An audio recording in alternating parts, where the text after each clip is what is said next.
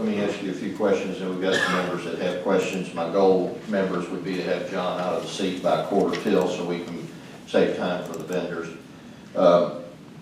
So the system that was supposed to go online Monday night, doing 3,000 a night, last night, there was 5,600 that were pushed through the system. That's right. We started Monday night. We found a couple of bugs, pulled it down, and then did 5,600 last night.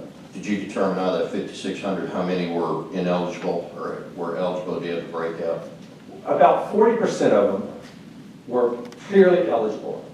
The other people we have sent a notice to, as I've described to other committees, we sent a notice to and said we need additional information. So we don't know how many are ineligible.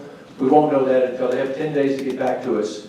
And after that 10 days, we'll start to get a sense of how many of those are actually eligible or ineligible.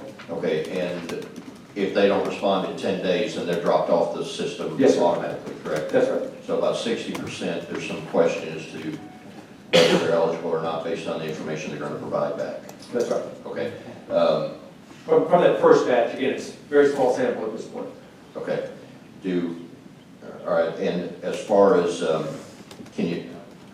now the addresses that information is going to be mailed to, because there was question in another committee, the addresses that those notifications of problems are going to be sent to, how certain are we that those are good addresses, or what's the mechanisms in place to determine they're for sure going to get those, and then it becomes their burden, their responsibility?